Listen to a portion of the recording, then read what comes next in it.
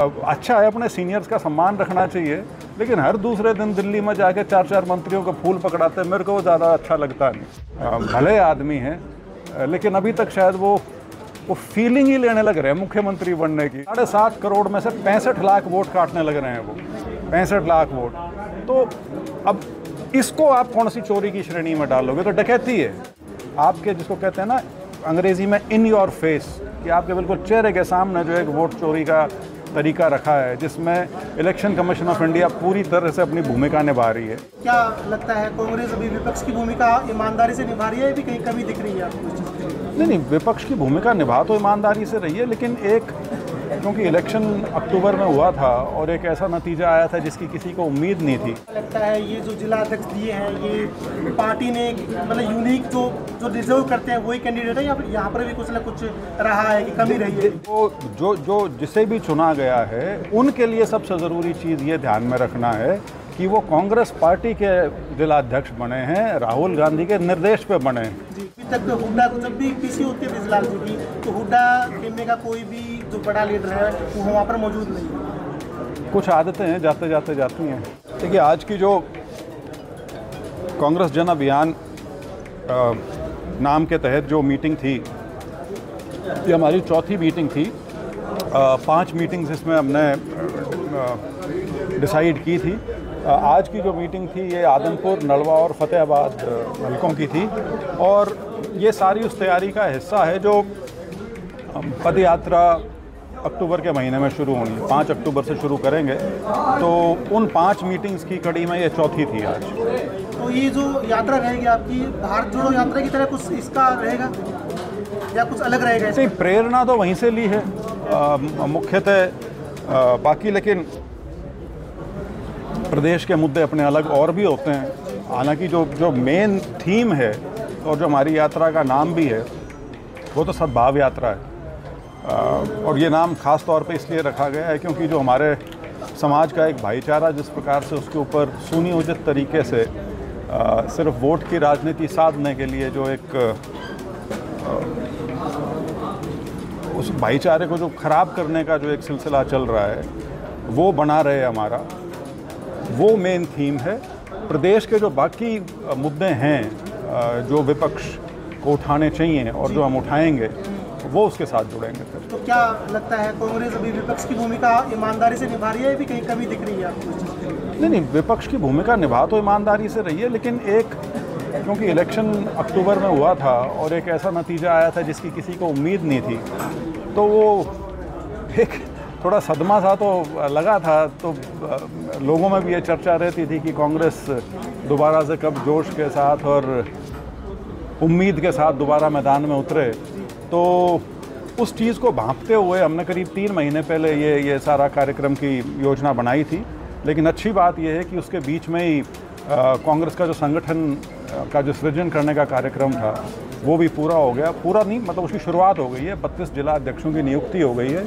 उम्मीद ये है कि बाकी की जो बॉडी है, बॉडी से मेरा मतलब है जो कार्यकारिणी बनेगी जिला स्तर पे या जैसे भी उसके नीचे कॉन्स्टिट्यूंसी और ब्लॉक लेवल पे, वो भी अब जल्दी बन जाएं, ताकि फिर पार्टी पूरे जोश के साथ और एक सुनियोजित तरीके से मैदान में उतरे और जो विपक्ष की भूमिका है वो निभाए। अभी नए जिला अध्यक्ष कांग्रेस ने हरियाणा को दिए हैं, और क्या लगता है ये जो जिला अध्यक्ष दिए हैं ये पार्टी ने मतलब यूनिक जो डिजर्व करते हैं वही कैंडिडेट है, या फिर यहाँ पर भी कुछ ना कुछ रहा है कि कमी रही है? देखिए, डिजर्विंग का ये होता है कि हर पार्टी में किसी भी पद के लिए कई लोग होते हैं जो डिजर्विंग होते हैं।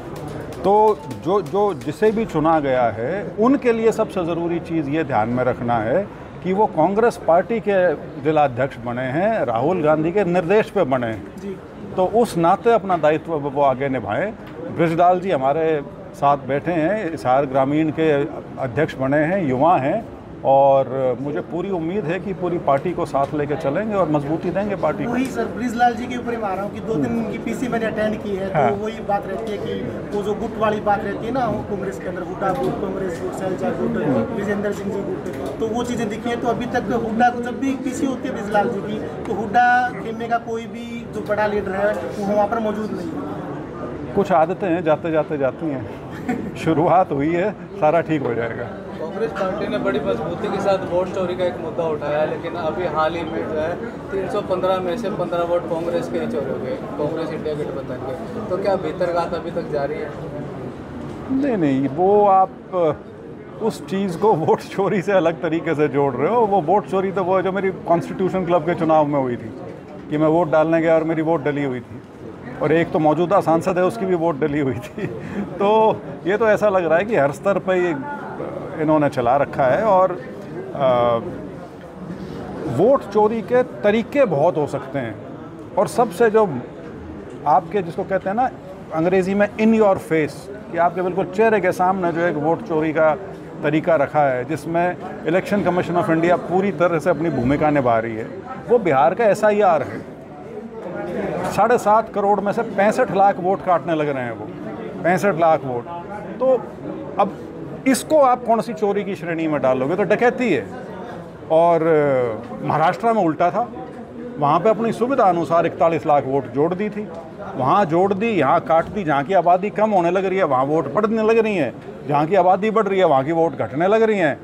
और पूरा देश आंख मूंद के बैठा था। राहुल गांधी ने उसको जगाने का काम किया। हरियाणा के CM नायब टंडन के बारे में क्या कहना चाहोगे? क्या उनके काम से संतुष्ट हैं या फिर अभी क्या कमी आपको? उनको 1.5 साल हो गया अब। एक तो अब उनको मुख्यमंत्री की तरह बर्ताव करना चाहिए। अच्छा है, अपने सीनियर्स का सम्मान रखना चाहिए, लेकिन हर दूसरे दिन दिल्ली में जाके 4-4 मंत्रियों को फूल पकड़ाते, मेरे को वो ज़्यादा अच्छा लगता नहीं। मुख्यमंत्री के पास इतना टाइम होता नहीं कि हर दूसरे दिन दिल्ली जाया रहे। आदमी बहुत बढ़िया हैं, मेरी उनसे निजी तौर पे मेरे संबंध उनसे बहुत अच्छे हैं, भले आदमी हैं, लेकिन अभी तक शायद वो फीलिंग ही लेने लग रहे हैं मुख्यमंत्री बनने की। मुख्यमंत्री का दायित्व जो है उसको मजबूती से निभाए, मज़ा तब आएगा। हाल ही में मोदी जी ने जो है GST की दरें कम की है, क्या आम आदमी को वाकई में इससे को फायदा होने वाला है? क्योंकि काफ़ी बड़े लेवल पर क्रेडिट ले रही है बीजेपी इन सब चीज़ों। ये ना, अब क्रेडिट अगर देने हैं ना तो राहुल गांधी को देने शुरू कर दो।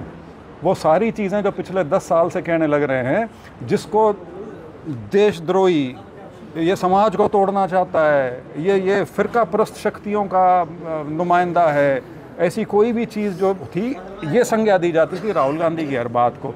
एक एक करके सारी बात जो वो कह रहे हैं सारी मानने लग रही है बीजेपी, और अपना मास्टर स्ट्रोक बना देती है, और हमारा मीडिया उसको ताली बजाता है फिर कि क्या बात है, मोदी जी गजब कर दिया। राहुल गांधी पिछले 10 साल से कह रहे हैं, 9 साल से जब से GST लागू हुआ है, कि भाई 18% से ऊपर कोई स्लैब नहीं होना चाहिए, स्लैब कम से कम होने चाहिए, ज़्यादा से ज़्यादा 2 स्लैब रख दो। इनको आगे 8-9 साल में अकल आई है, मान ली। कास्ट सेंसस के ऊपर राहुल गांधी ने एक नेशनल लेवल पे इसको एक मुद्दा बनाया, और बीजेपी क्या कहती थी, ये बिल्कुल देशद्रोही काम है, समाज में विखंडन करने का काम है, और अब खुद ही कहते हैं कि हम कास्ट सेंसस कराएंगे। तो कितनी चीज़ें उठा के देख लो। ये ऑपरेशन सिंदूर में क्या हुआ, जो चीन और पाकिस्तान जिस तरह से इकट्ठा आया है, ये राहुल गांधी 3 साल पहले कह चुका था कि जो आपकी विदेश नीति जिस तरह से चल रही है, जिस तरह से आपका बर्ताव है, आप हमारी फॉरेन पॉलिसी का एक जो मेन बिंदु था कि चीन और पाकिस्तान इकट्ठे नहीं होने चाहिए, आपने करवा दिए। 3 साल पहले कही थी, और उस ऑपरेशन सिंदूर में आपको दिख गया। इसमें तो वो कहते हैं ना, प्रत्यक्ष को प्रमाण की आवश्यकता भी नहीं है, ये तो खुले में दिखाया वहाँ पे। हमारे आर्मी के जनरल ने कहा है कि पाकिस्तान तो मुखौटा था, पीछे फोर्स तो सारी चाइना की थी। तो राहुल गांधी की अब सारी बातें धीरे धीरे सामने आने लग रही हैं। यही वोट चोरी का मुद्दा है। पहले कहते थे, लोग हंसते थे, लेकिन जब से वो 7 अगस्त की प्रेस कॉन्फ्रेंस करी है, और उसके अंदर जो महादेवपुरा कर्नाटका की असेंबली के बारे में 6 लाख वोटों में से 1 लाख वोट फर्जी दिखाई हैं उन्होंने, तो अब लोग उसको सब सीरियसली लेने लग गए। नहीं तो कल तक बहुत लोगों को हर चीज़ के ऊपर ना सिर्फ शक करने की आदत थी, बल्कि मजाक उड़ाने की आदत बनी हुई थी। तो वो चीज़ें अब सारी बाहर जा रही हैं, और 11 साल बहुत होते हैं पोल पट्टी खुलने के लिए। आप कितना ही उस चीज़ को ढक के रख लें, आपने जो इंस्टीट्यूशंस को और मीडिया को जिस तरह से कैप्चर किया है उसके माध्यम से, लेकिन अंततः सारी चीज़ें उभर के बाहर आनी शुरू हो जाती हैं। मुझे चिंता सिर्फ इस बात की है कि जब सही संवाद के रास्ते बंद हो जाएं, जब सही सूचना का आदान प्रदान ना हो, तो ये श्रीलंका, नेपाल और बांग्लादेश जैसी स्थिति उत्पन्न हो सकती है। मेरा सरकार से अनुरोध है, अपनी कान और आँख खोल लें, जो सही चीज़ें लोग कहने लग रहे हैं मैं उनको सुनना शुरू कर दें, और ये हर बात में कि हमने मास्टर स्ट्रोक कर दिया और विश्व गुरु बन गए और अब पता नहीं कौन सी फतह कर ली, उस मोड से बाहर निकलें और एक प्रशासन और देश को किस तरह से चलाया जाना चाहिए उस लाइन पर सोचना शुरू करें। आपकी यात्रा के बाद हरियाणा में कांग्रेस का क्या कुछ फ्यूचर देख रहे हैं? कांग्रेस का फ्यूचर तो ब्राइट ही ब्राइट है। वो झटका थोड़ा लग गया 2024 में, नहीं तो 2024 में ही हो गया था सारा काम। लेकिन झटका क्यों लगा सर? झटका क्यों लगा? बहुत कारण है, वोट चोरी भी एक है। नहीं, एक जो अंदरूनी भीतर का था वो कहीं ना कहीं आप छुपा रहे हो उस चीज़ को। ना, मैंने कहाँ छुपाया है? मैंने तो कुछ नहीं छुपाया। मेरे यहाँ तो 2 कैंडिडेट वो खड़े थे जो कांग्रेस की टिकट मांगते थे, और फिर वो खड़े थे, और सिर्फ खड़े खड़े नहीं थे, उनकी पूरी सेवा भी की जा रही थी पीछे से। तो उसको आप भीतर का हाथ कह लो, बीजेपी का खेल कह लो, कुछ ही कह लो, जिस दृष्टि से आप देखना चाहो। दलाल साहब ने मंच के माध्यम से भी थापे मारों का कुछ जिक्र किया, तो कौन है वो थापेमार? क्या वो थापे मारे तो सारे प्रदेश को पता है, उसको पूछ लो राजेश को। नामों पे चर्चा मूर्ख लोग करते हैं, विषयों पे और इवेंट्स पे बात होनी चाहिए।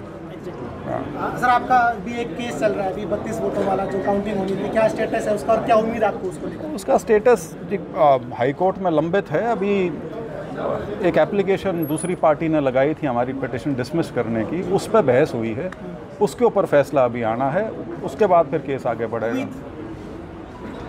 बिना उम्मीद के कोर्ट में कोई नहीं जाता भाई, खर्चा भी होता है। Thank you. हाँ जी सर, आज आदमपुर विधानसभा के अंदर पीडब्ल्यूडी हाउस के अंदर विधायक चंद्र प्रकाश जी मीटिंग कर रहे हैं, और आपकी मीटिंग काफी लंबे समय से थी, 1 महीने से प्लान था। दूसरी तरफ यहीं पे लोकसभा सांसद रोहतक के दीपेंद्र हुड्डा जी पहुंच रहे हैं भाषण का समय। आपको नहीं लगता कि विरोधियों को एक उंगली उठाने का मौका? नहीं, आप इसको देखो कांग्रेस कितनी सक्रिय हुई है। इसको पॉजिटिव ये सारे 3-3 जगह लग रहे हैं। कोई बाढ़ग्रस्त इलाके में गया हुआ है, कोई वर्करों की मीटिंग कर रहा है, कोई यहाँ 3-3 हल्कों की मीटिंग कर रहा है। ये तो कांग्रेस की सक्रियता दिखनी चाहिए इसमें तो आपको। नहीं, हम तो सकारात्मक सोच रहे हैं सर, कहीं ऐसा नहीं लगता कि यहाँ भीड़ काफ़ी आई। हाँ। यदि वो भीड़ और आती तो हो सकता है कि यहाँ पे 10 ना, हमने कोई जलसा थोड़ी किया था यार। ये तो अपने साथी बुलाए थे और जो यात्रा की बात है उसके बारे में चर्चा करने के लिए बुलाए थे। भीड़ जुटानी होती तो हम हॉल में थोड़ी करते, फिर तो किसी खुले मैदान में करते।